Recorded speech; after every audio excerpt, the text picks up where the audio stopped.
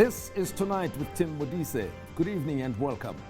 On the show tonight, the EFF makes a case for its aggressive stance against corruption and racism and for free tertiary education. Within 2 weeks into 2018, the Economic Freedom Fighters have already been involved in 2 high-profile campaigns to mobilize new students to apply for free education at tertiary institutions, and another to force the multinational retailer H&M to withdraw their offensive marketing campaign. In the same period, the party's members of parliament were involved in the drafting of impeachment rules following the Constitutional Court judgment that a sitting president could face disciplinary action from parliament. And this follows from EFF's relentless fight in parliament and in courts against corruption. The party is 4 years young and since 2014 have been President Jacob Zuma's living nightmare. Their combative style has earned them popularity and achieved some results, but in some quarters they have earned them derisive scorn about their approach. And one of the feisty fighters is their spokesperson, Mbuyiseni Ndlozi, who's here to tell us more about their approach to politics and their various campaigns. Dr. Mbuyiseni Ndlozi, welcome to Soweto TV and good evening to you. Thank you very much and Happy New Year to the viewers. Yeah, and compliments to you and the EFF as well. Thank you. Now, the National Prosecuting Authority through the Assets Forfeiture Unit, they too got to a very busy start in 2018 with the announcement that they're going after McKinsey and trillion 1.6 billion rands assets that they want to recover.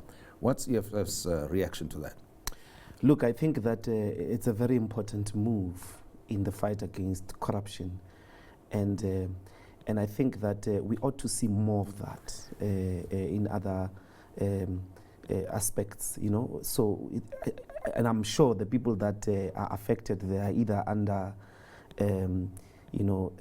suicide watch, because that unit doesn't play. If they are coming for you, they are coming for you, it looks like they've kept their integrity, they have kept their efficiency, and the only thing that we would want to see is more of it. Well, the assets have not been recovered yet, and they've also announced in the interim that they believe that they could recover more than 50 billion rands, and there are 17 investigations that they are conducting at this time. What is the speed or the timeline that you think they should do their work within in terms of the recovery as well as the arrests that you anticipate will be made? Look, as I said, it's a very efficient unit. Once they go on a mission, be rest assured that they often have executed their tasks with the possible speed that they can push with. We need that pressure. We need people who are powerful to know that law enforcement institutions can and will come against them. And what's nice about these powerful people is that they all know each other, and once there is demonstrable evidence that a law enforcement institution will come to you no matter how connected you are to politicians, others will begin to start doing things in a proper way. So, and that's a lot of money that will be recovered back to the taxpayers' coffers, which is as well good because we're not doing very well in terms of our revenue.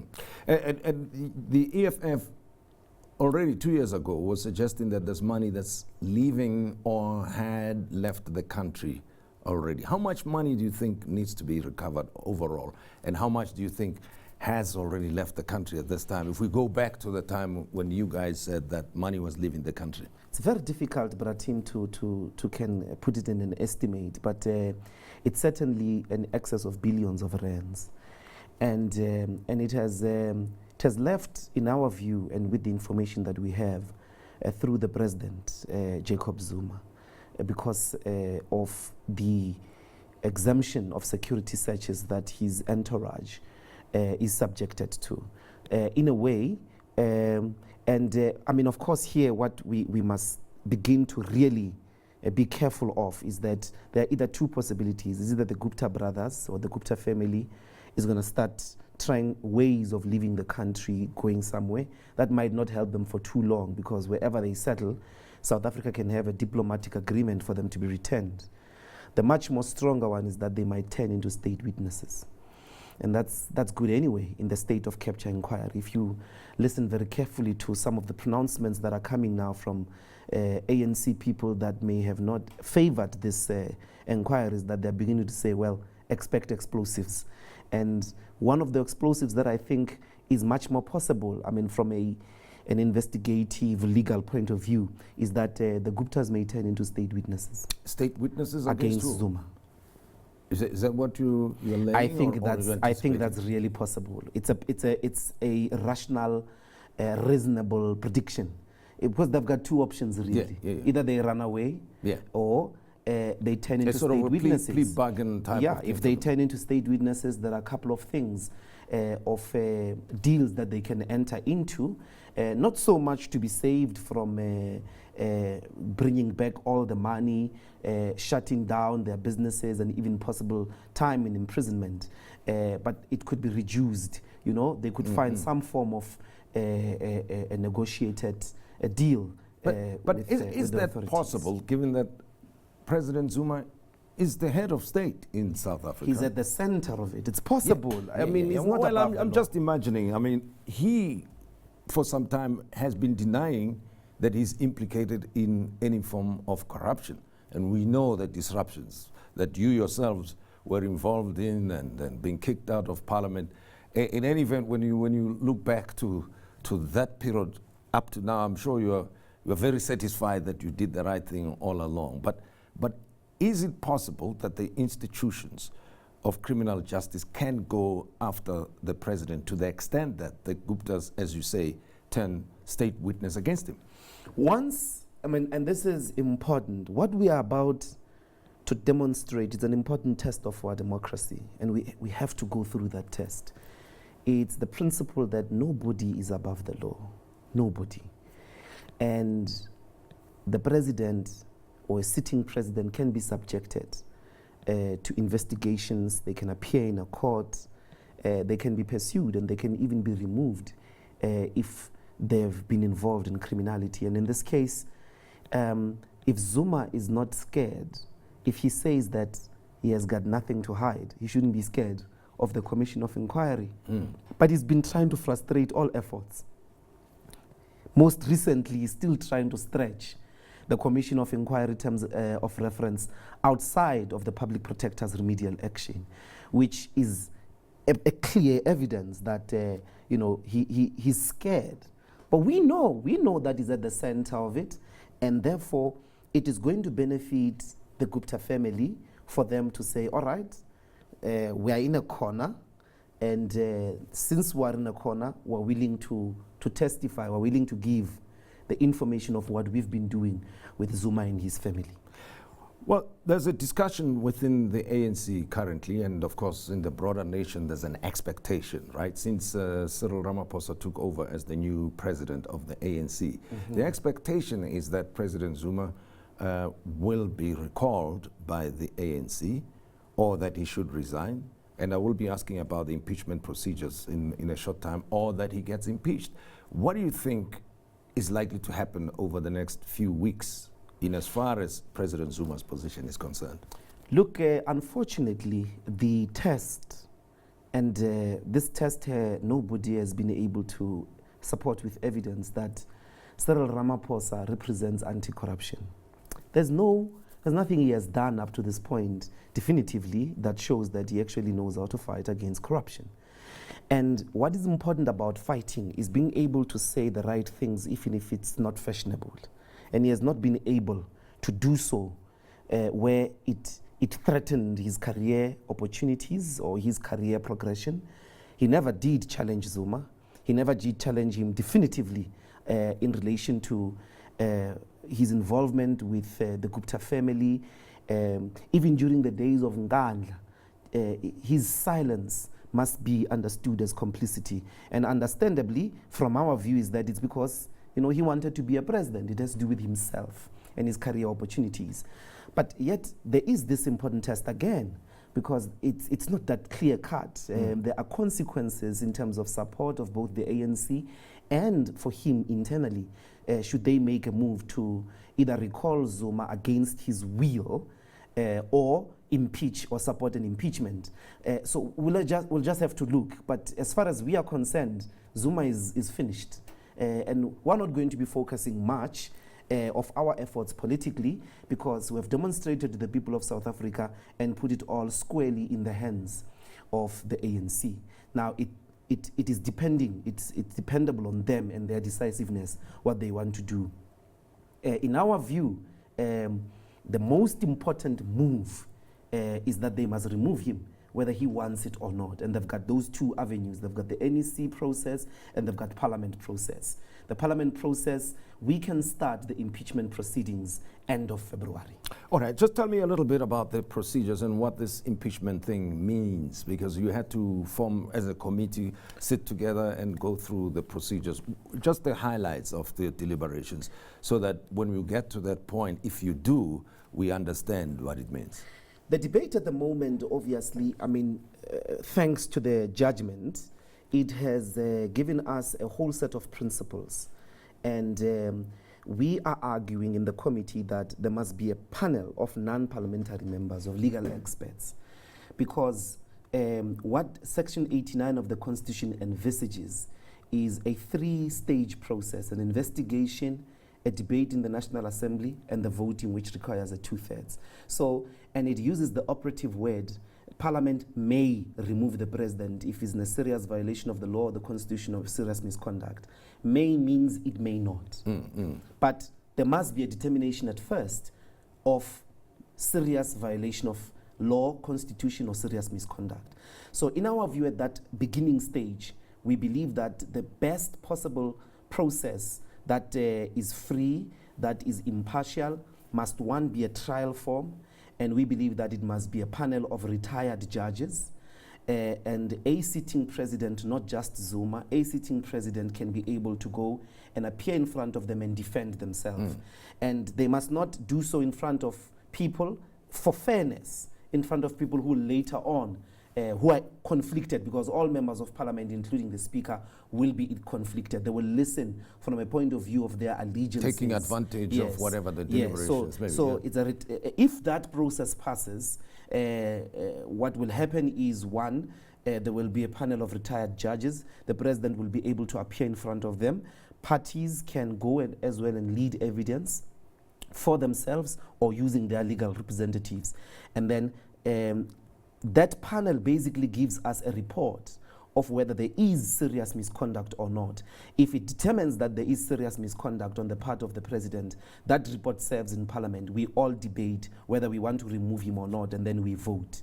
And on the basis of the numbers, we will remove the president or we will not remove the president. Just a brief response, given where we are now, if we get to that point of the end of February and President Zuma is still the head of the government and state in South Africa, what is likely to happen then in March? There will have to be, we will move the motion. We went to parliament precisely because from the beginning we said there must be a disciplinary hearing, not motion of no confidence, a disciplinary hearing.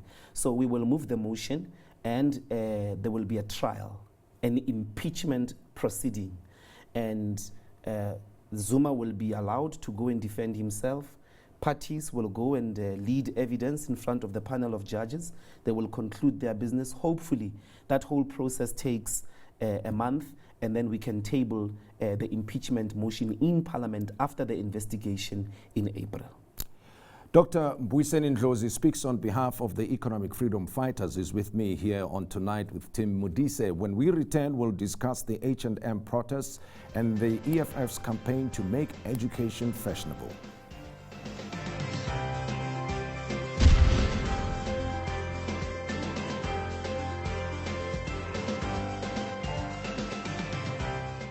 The EFF says it wants to make education fashionable. And of course, we know this past week or 2 weekends ago, they also went to the H&M's retail stores and trashed them. We'll talk about those 2 points with Dr. Mbuyiseni Ndlozi, who's with me here in the studio. I want to start first with making education fashionable. Despite the fights that you've had with the president in parliament and the walkouts or being forced out, kicked out, and the criticisms leveled at him, it was interesting that you seized the opportunity when he announced that the government is going to provide free tertiary education. and within days or a week, you pounced on that chance, and you seem to be in the same camp, now saying free tertiary education should be made available to all the poor students. So is that one policy area where you agree with President Zuma? Yeah, absolutely. And it has nothing to do with him. It's a long call from the 1950s, which is enshrined in the Freedom Charter. It has been a call of the 1970s student movement. It has been a call of the 1980s student movement. It's been a call of the EFF from, it's one of our founding 7 cardinal pillars, which are non-negotiable, that education must have to do with how smart you are, not how much money you have. And therefore, we couldn't distance ourselves, we couldn't reject it. We had to welcome it and make sure that it is implemented. Well, the point about it is that it is seen as opportunistic on your part to call on people to do walk-ins at these tertiary institutions without checking whether they are ready to take in any additional number of students, because they can only, each of the institutions can take a specific number of students. So if they turn up, let's say for 1,000 places you have 12,000 students pitching up, who's going to reject the other 11,000? No. That argument suffers from not understanding how universities are run. The call is for applications, not for universities to be forced to take everyone. Those are 2 stages. If you announce on the 16th of December that there will be free education beginning in 2018, you are conscious that applications have closed. So if I knew that I don't have money because I couldn't get in 2015, in 2014, because I didn't have money, that call affects me. So my application is not inside the box of those that will be considered for whatever number of spaces. Yes.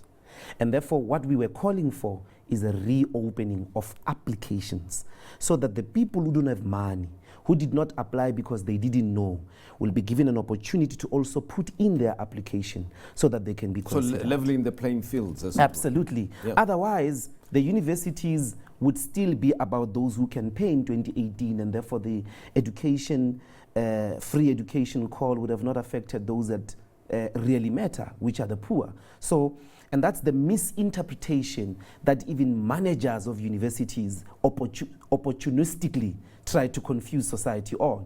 Because we never said that they must take all the students. We said, no, reopen applications so that those who want to take advantage of free education are considered as well. So if you've got 11,000 spaces, you would have given all of them to students that can pay. Now you need to reconsider, not on the basis of who can pay, on the basis of academic performance. Okay, well, that's an ongoing story anyway, because you're making education fashionable, as you say. Absolutely, Bratim. And if you want to blame us, this is important. If you want to blame us for leading scores of hundreds of thousands of students to queue at universities, to knock at an education door for them to advance their education, we take the blame. At least we don't only lead young people on the streets to march against H&M, to march for free economic freedom against the banks and so on and so forth. We also led them to education. We said to them, go and seek education. Other people lead them to festivals where they drink, where they do drugs and alcohols. Others only want them to queue at the voting stations. They think the youth is only important for queuing at voting stations. So universities have the responsibility to put mechanisms in place to consider all those applications. And of course to awaken in the youth the fact that the opportunity to learn at a higher level is there now, is available in South Africa. And by the way, Bratim, it's no longer a debate. All the universities came around to agree with us and reopened applications. All of them did that. They reopened applications. Let's talk about a controversial matter now that the EFF was involved in, the raid of the H&M store. The raid of the H&M. That's very unfortunate because the term should be protest. Yeah, well, it's protest, but you see, if you say raid, it's as if we took something from H&M. No. What I mean is, when you went into the H&M store. If the Hawks raid this place, they taking stuff. they're taking you, they're taking things in the house as evidence for whatever. Maybe it's That's what raid means. Maybe it's an unfortunate word, but okay, you went into the H&M stores anyway, and it was seemingly a very well-coordinated effort on the part of the EFF members, right? And the fact that the marketing campaign of H&M is offensive is accepted broadly, internationally, widely so. But that EFF chose to go into those stores and stop the operations, and in some instances to trash the stores, is something that has been regarded by some commentators as a misguided operation on the part of the EFF that is going to backfire horribly for yourselves. That's been our life, Bratin. Everything we have done, when people don't understand what you are doing, they go for your person, and that is misguided on their part.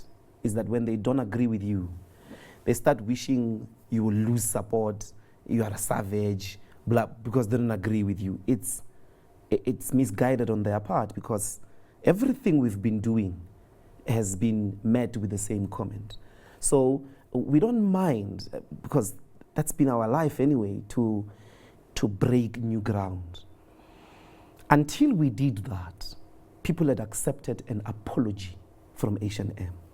How is it different from any other instance in which, when white monopoly capital, particularly multinational corporations, are caught with their pens down on anti-black racism, they apologize and life goes on. There are no consequences to the affliction of the dignity of black people. And therefore, we reopened the debate because we're rejecting an apology. There must be consequences. And that campaign will go on until H&M comes on the table and says, what do we pay for the damage that we have done? How do we pay? What are the consequences? What are the remedial action for engaging on our part in anti-black racism? And when they come on the table, we're going to tell them, this is what you do, and you dare again engage in anti-black racism. Now, racism overall manifests itself in various ways, as we know, and we've got a long history in South Africa of that. In the workplace, the pay disparities on the basis of race, the abuse of workers, a whole number of things. Just in broad terms, and it's a subject on its own, it requires longer time to probe. How do you think South Africa, at least the world, but in the context of South Africa, how should racism be dealt with? You see, there are two levels, but what I'm concerned about, what we are concerned about, is anti-black racism. Now, there are two levels. There's the level of the interpersonal racism. You are in a queue, and then white people call you a kefir. Whatever you are going to do in response, and even if it's violent, we will defend your right. Because that's what racism is in our definition. It is violence. But then there's the structural violence, structural racism, which has often been normalized, and it seems difficult over the years to confront. And here is an important analogy. Your neighbor's hatred of you may not be important until it blocks you from access to a school, until it blocks you from access to a training ground, to a park, to all sorts of privileges. Then you have to start fighting. So what do we need to eliminate? We may not be able to teach white people not to hate us. As a matter of fact, we're not interested in that. What we're interested in is their hatred should not matter in relation to black people's access to happiness and all kinds of livelihood. And how do we do it? Is to bring black people closer to the means of production, closer to controlling their lives. And the land occupation struggles, the call for land expropriation is precisely to resolve structural racism. The call for free education is to resolve structural racism, because if we don't do that, education, and particularly its highest form, will always be accessed by people who have money, and those people at the time or at the moment remain largely white people. The call for the nationalization of banks is to make sure that the control of who gets credit how and when is not determined by the monopolies that are doing it in the interest of sustaining white privilege, but it begins to go to black people who gets a credit for an entrepreneurial activity, who gets a credit for this and that particular pursuit. All those calls are to address colonialism, which is structured racism. And in the end, nobody will be able, on the basis of the color of your skin, determine what you will get access to, and will not be able to determine as well your place in the world. Mbuyiseni Ndlozi, pleasure to have you with us Thank you very much on the Brati. program. Much appreciated. I And as I've appreciate said, it's going to be a bigger debate. I hope we will have it, where we focus on all the points we've made regarding the fight against racism in the South African context. And that's how we come to the end of the show tonight with Mbuyiseni Ndlozi, who speaks on behalf of the EFF. And we hope you enjoyed our discussion and learned something from it. Until next time, good night to you.